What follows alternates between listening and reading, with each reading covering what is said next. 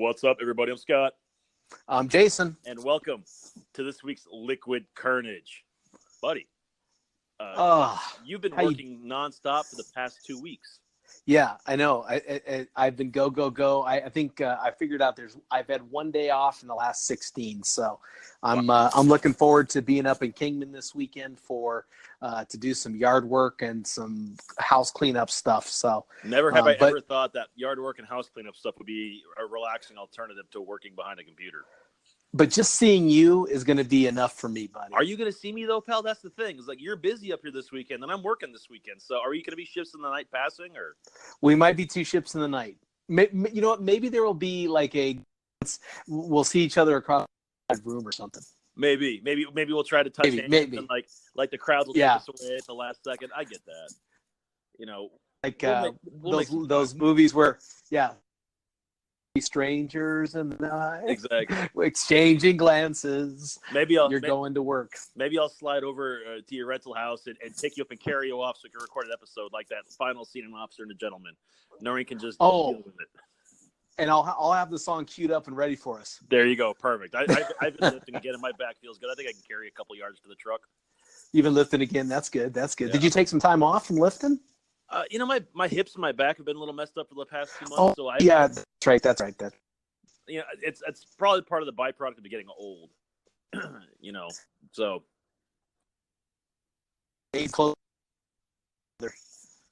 Well, that's it. It's plus, it's also hotter than hell outside. So when you're working out in an RV garage, we're starting to cool off. The last couple of days were only like a 102, so I'm starting to see the light at the end of the tunnel, and it's not the blazing sun. That's almost sweater weather for you now. I know. I'm getting chilled. It's almost 95. Ooh, cold. Man. Yeah, but it is fall. It is almost October. One of my favorite months of the year. One of your favorite months of the year. Halloween is quickly coming upon us. And I was looking at my calendar, and it looks like that when we record one of our shows here in a few weeks, I'm actually going to be on location in New Orleans. So that could be a fun show. Hey, maybe you need to go hook up with Chris Melisson. Yeah. Tell him hello from Liquid Kernedge, man. We can maybe freak out some more of our listeners with all the good stories he's gotten over the last year. That'd be cool. Yeah, maybe I'll hit him up when I get down. That'd be fun to do. Be fun to do a show. Now, how long are you gone for? It's just a week. Not even like maybe 5 days. I'm leaving Saturday, coming back that Thursday, like on the 1st. Yeah, still though, that's gonna be fun, dude. You're gonna have a great time. I'm looking forward to getting out of the desert for a while into the swamp, and just soaking in the culture. It's a different vibe down there. For me, it's a more relaxing, natural vibe. So I'm excited for it. Good, and you need a break. I do need a break. I need a break. You don't get to have any fun anymore, dude. You're always working. Well, it's the time of year, though. I'm always working this time of year. I tell you what, though, we did have a wild weekend this past weekend. Do tell. For those that are friends of mine on Facebook or Instagram, you might have seen that we were able to go to Extreme Midget Wrestling, and we've talked about this on the show. Yes, and I forgot. Oh my gosh, you went to it. Okay, it was. Please talk, my friend. Please amazing. Talk. First off, it was amazing. But if you saw anything I posted about it, or would even be interested in learning more about it, hit us up on Facebook, Instagram, or Twitter, all at Liquid Kernedge.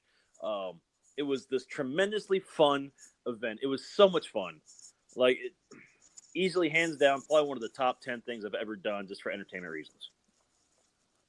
And you heard it tonight on our podcast, or today, depending on when you listen to us, that was one of the top 10 for you. Absolutely. Wow. Keep talking. And we went, for it, there was a group of 10 of us that went from our gym. We all went, and it was just a different bunch of cast and characters. We've all hung out in the gym and maybe had a beer or two here or there at barbecues, but never spent that kind of intense time together doing something like that. And I got to tell you, man, we bonded over that. That was one of the most it was just so much fun because it was at the Castle Rock in Golden Valley on the way to Las Vegas. Oh, yeah. So I'll paint the picture for anybody that's never been through Kingman or on their way to Vegas.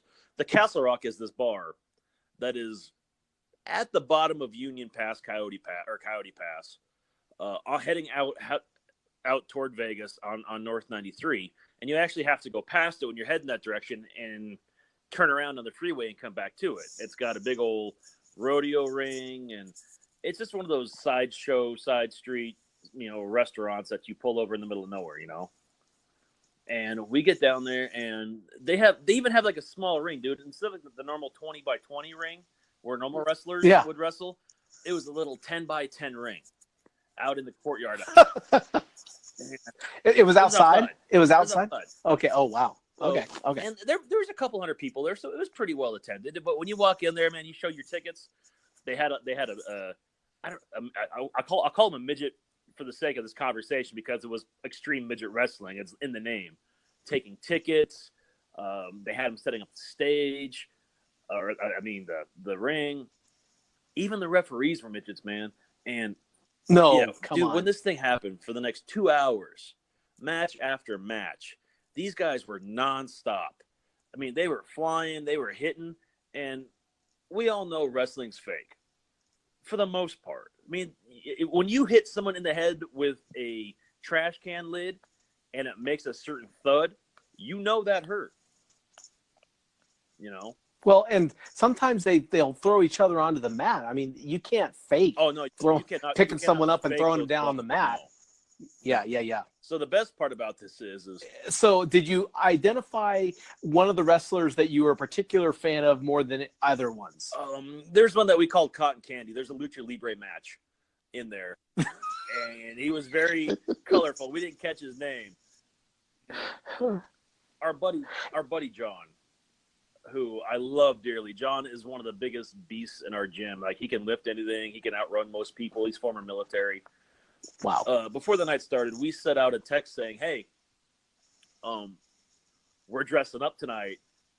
Make sure if you're going to wear makeup or wear your best, wrestling shirt, we want to go out there and have a good time. So, we sent pictures of like the makeup section for Halloween at Walmart, a picture of the Legion of Doom from the 80s and the Ultimate Warrior, knowing full well John would do this when none of us had any intention of doing it. Oh, God. And, man, sure enough, we all met up, and John was the last one there because he was late because he was putting on his Ultimate Warrior face. And he had the wig, he had the face makeup, he had the cut-off T-shirt, the 80s shorty shorts, man. He looked like a wrestler straight out of No Holds Barred. It was amazing. And, like, we get out there, and he's dressed up, and there's people out there, and, clearly it's a bar, so we're drinking, having a good time, and at one point during that Lucha Libre match, Cotton Candy gets hit, like, slapped across the back, and you can just hear the slap. And then out of the corner of to the left of me, I hear John saying, "You slap him like a bitch." And the little fella looked at John like dead in the eyes, flipped him off, licked his hand, and then just smacked the guy across the back again. These guys played the crowd. It was so much fun. It was, if you ever get the chance to go see Extreme Midget Wrestling, I know you're probably sitting there thinking to yourself it's weird or it's exploitation. It's not. You pay to see it. These guys are doing it willingly. It's no different than going to a show in Vegas. They're traveling. They're setting up the stage, the wrestling ring. They're taking tickets. They're doing all the work, man. So show them some love. Go check it out because it is 2 hours of nonstop fun. I don't think we've cheered that long or that hard in a long time. And frankly, my thing is that you're only being exploited if you don't want to participate and someone's making you participate. If you're participating on your own free will and you're having a good time and flipping people off and making it a show and giving it to someone's one of their top 10 entertainment things of all time. Oh, yeah. No, that's not exploitation. That's not exploitation. I don't care what you say. I mean, that is not exploitation. It's just hard to explain like how much fun it was because these guys went hard, man. They were running, they were jumping, taking the bumps and hitting each other with everything. And there was probably only 7 or 8 wrestlers when it was all said and done, to be honest with you. So some of them wrestled a couple times. Oh, okay. So I was going to say, did they have different personas? Okay. No, they didn't have different characters. Like they had like different wrestlers that played those certain characters. But the best I could figure is they have probably 3 or 4 different. We'll call them troops. Go to different parts of the country doing their performances. So this particular troop was hitting the Arizona, California circuit right now.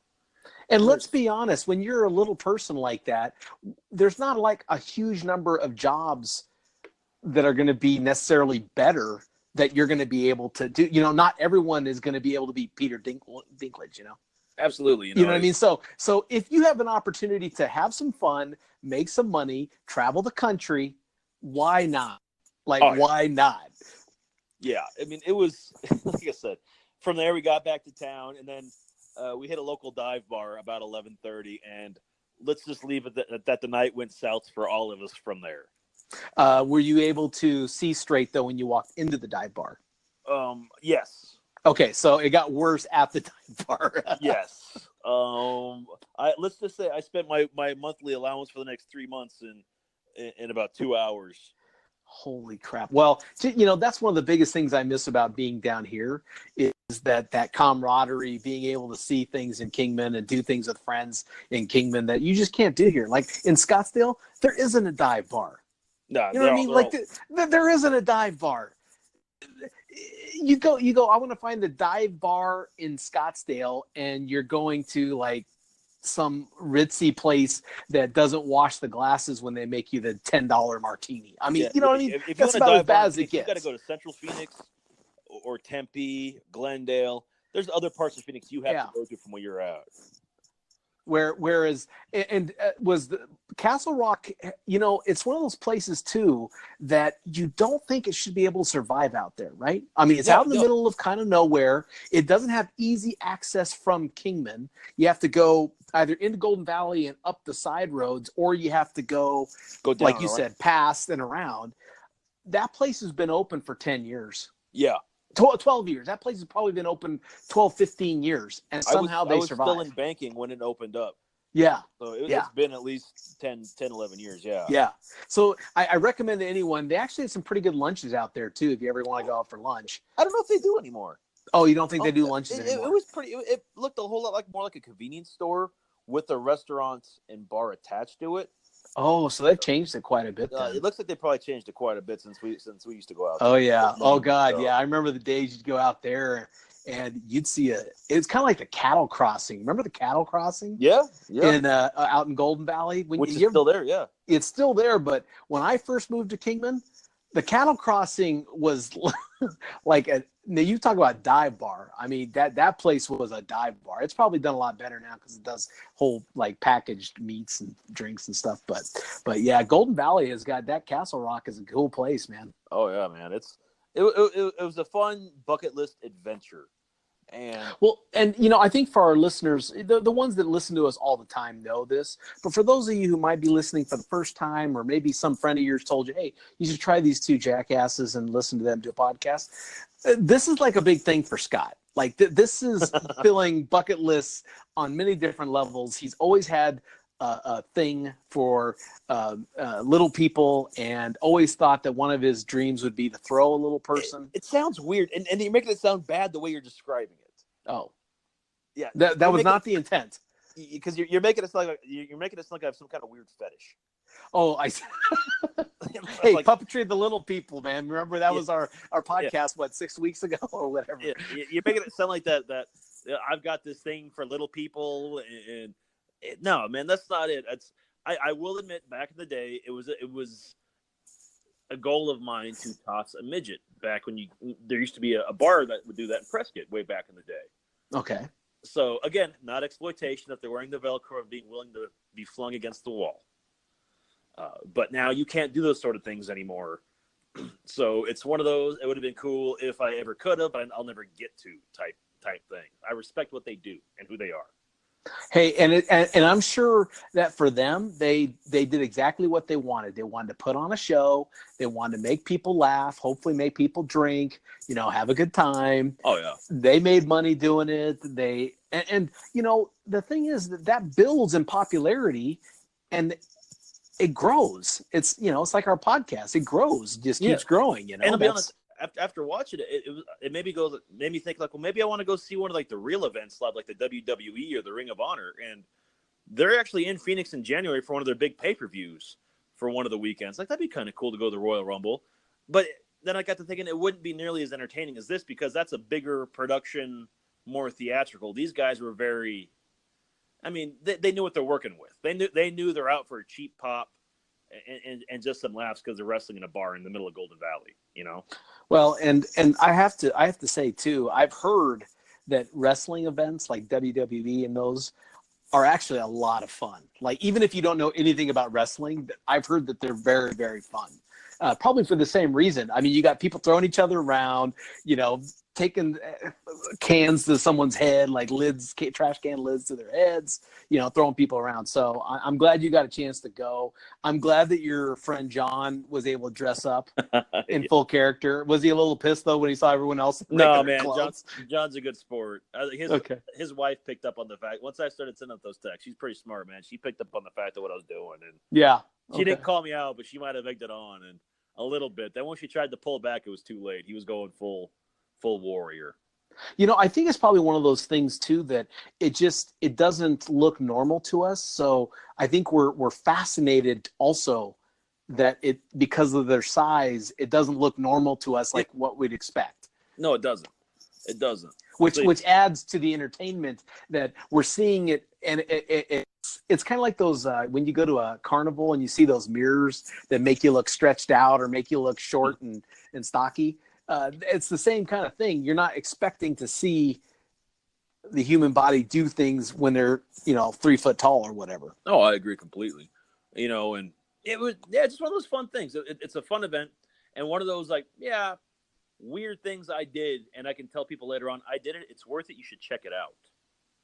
You know, because you're going to probably take some crap. Like, people are going to say, "Oh wow, Scott, really? You went to do that?" And so they're going to judge you and question you. You know, and you're here to say, "No, try it." Well, here's what happened. Is a lot of people did that, and I was like, "Whatever, man." And because a lot of them said, "Well, it's exploitation," and then you got to educate them on what exploitation is, like we did earlier.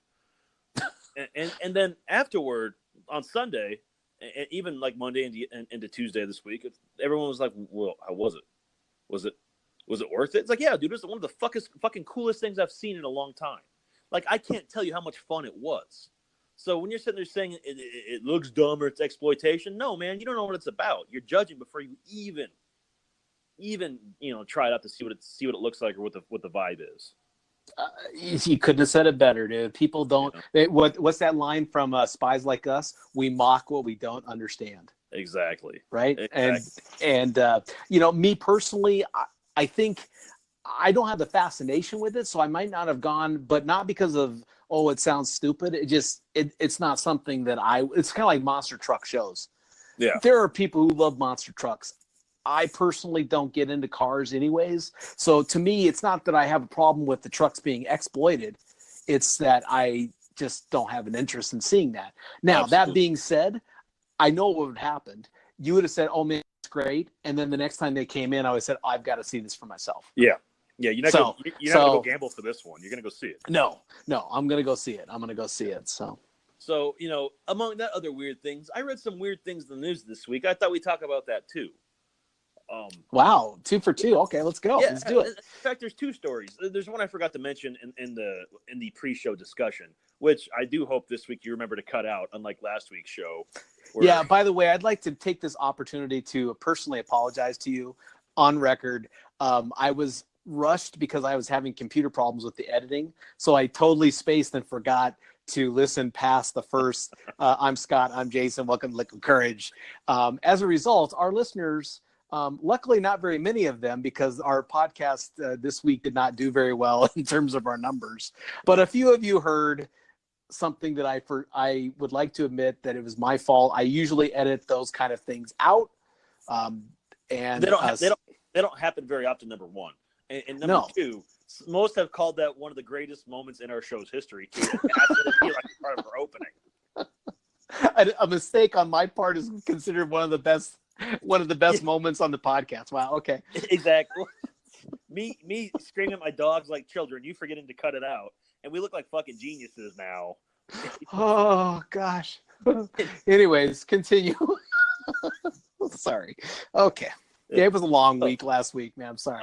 I get it. So in the news, I was perusing on the Facebook on Sunday. I came across a very weird article shared by ABC 15, our local ABC station here in Arizona, that Beyonce's drummer was suing for a restraining order because she's claiming that Beyonce was using witchcraft to try and curse her and do things to her. And this goes back to one of our conspiracy theory shows earlier about the Illuminati and whatever else. And it's no secret in those worlds that Jay-Z and Beyonce are very heavily into the occult and devil worshiping, if you will. And I thought that was very interesting because a lot of people just kind of blow that stuff off. But for someone to actually attempted to file a restraining order, it was denied consequently. But a very weird, interesting tidbit. So if you ever get a chance to look up some of that stuff, it's pretty interesting and crazy. And maybe when you do your podcast from New Orleans, maybe we can bring this up again and do a little bit of research. Maybe we will. I've got a 3-hour. I wasn't aware that Jay-Z and Beyonce were into that kind of stuff, but now that I'll definitely do some research on that. Yeah, you'll fall down that rabbit hole pretty quick. Lord knows I did after that. The other one though, this is the craziest thing I've heard. My assistant found this article, and we had a very long, drawn out discussion on this on Monday morning, and probably a lot deeper than either of us would ever want to admit. Okay. Houston recently approved their first non-human brothel. They have sex robots as a brothel. I was thinking you were going to say animals, dude. No, I was like, what? Non-human? Holy God. It's a sex robot brothel. And it's perfectly legal there because it's not humans. Now that's exploitation. Yeah, how fucking weird is that? Dude, no, you got to be... This is real, or is this like one of these like made up stories, fake news? No, man. Stuff? He found it. He read me the article. I was sitting there trying to do my weekend reports from last week, and he's sitting there reading this article, and my jaw was just dropping. Apparently, what it is they have this brothel there that it's strictly sex robots because that's becoming more of a mainstream thing apparently in the bigger cities. I haven't seen them out in rural Arizona, but. Maybe it's only in only in dive bars, dude. Only in dive bars. Only in dive bars. But they can go in there. Anyone can go in there and do their thing, and it's perfectly legal because it's not human on human. It's human on inanimate object. Is this where we've come to, dude? Is this how far we've moved off the normal path? I think it's just the tip of the iceberg, and that's scary. But that triggered a conversation with us of like, well, who cleans up afterward? Like, do they have to pay? They have to pay someone to go in there. Oh man, I didn't think about that. Like what if one of them breaks mid-session? They have to have like maintenance guys on staff. Like, do you put it in bleach? Is there a dishwasher? I mean, what's the sanitary way to do this? And I'd like to know, do the sex robots also come in like brunette, blonde, and all that stuff too? I think they do. Oh my goodness. Yeah. I agree with you. I don't even know where to start to think about how freaking weird that sounds. Yeah. I mean, that just sounds strange. Like people would pay money. I hope they're not paying a lot. I mean, if it's a sex robot, you probably don't have to pay a lot. Maybe I guess you might have to pay until the warranty runs out. Then who knows what you got to do? But they said the only thing the city council turned down or made illegal was that the robots have to look like adults. They can't look like children. Which, fine, that's great, but also weird that someone would think about that and make children robots like that. Dude, this is like that Altered Carbon show that we were watching. Oh yeah. You know what I mean? Yeah. Like that place in the sky where they do all that crap. Yeah, dude, that's where we're going. Someone weird. Yeah, someone imagines this stuff on TV or in a movie, or someone writes a book about it, and then ultimately, what happens? Someone tries to invent it to make it real, dude. The problem is we have some brilliant minds in this world that could probably cure cancer, all these major diseases. They could help solve world hunger, but they're busy making sex robots. I have to think that would be my biggest hurdle to even do something like that, was the point that you just brought up about who cleans them, who makes sure that they don't have diseases. And the idea that someone would be okay with following another person and using the oh, good Lord. Yeah. Yeah, that's crazy. Oh my goodness. And that's Houston? It's Houston. Well, the problem is it starts in one city. Next thing you know, the whole friggin' world goes apart. Oh, well, it makes you wonder. Like, okay, that's starting to happen here in the country. What about outside the country? They're more technologically advanced, like South Korea. Maybe Japan. Right. Yeah. China, South Korea, Yeah. North Korea. I mean, not North Korea, Japan. I mean, these places that probably have that stuff going all the time. Yeah. Yeah. Oh my goodness. It just things that make you go, whoa.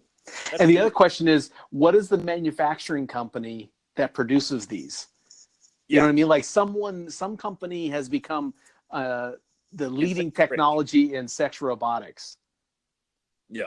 So does that mean that we're getting away from the sex dolls and now it's going into sex robotics? I want to say it's the next generation. It's like going from a flip phone to an iPhone. Although they say that artificial life is starting to become more and more of a not so distant future for the world. They did say that in another article at some point that robots like this will could eventually replace people that want to marry a robot instead of an actual person because they can't find anybody. Oh, yeah. Did you ever see the movie Ex Machina? Yeah. Yeah. Now that robot, I knew she was a robot, but she was still like, pretty hot. So maybe maybe we're looking at the sex robot and not what it really is. Maybe it's more than just, you know what I mean? Like they can make not mannequins, but they can make things look really real. Maybe it's not just like robots you think of kind of like very non-human looking. Maybe these sex robots look more human than I'm imagining. Even if they looked almost human, I still get this mental image of like a mannequin, Yeah, like do the sex robots also do like the moans and groans? I don't know. It didn't really say anything in that article, and I just think I would have a tough time getting excited about that. No, I'm right there with you. I am right there with you. I don't know at what point in my life I would have to be at to be like, you know what, this is all I got, so I'm gonna do it and go. I mean, find yeah.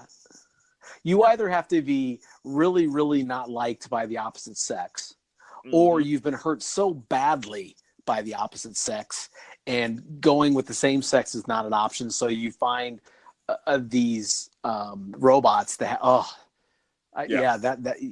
about this? Mind blown. Yeah, I will. Yeah.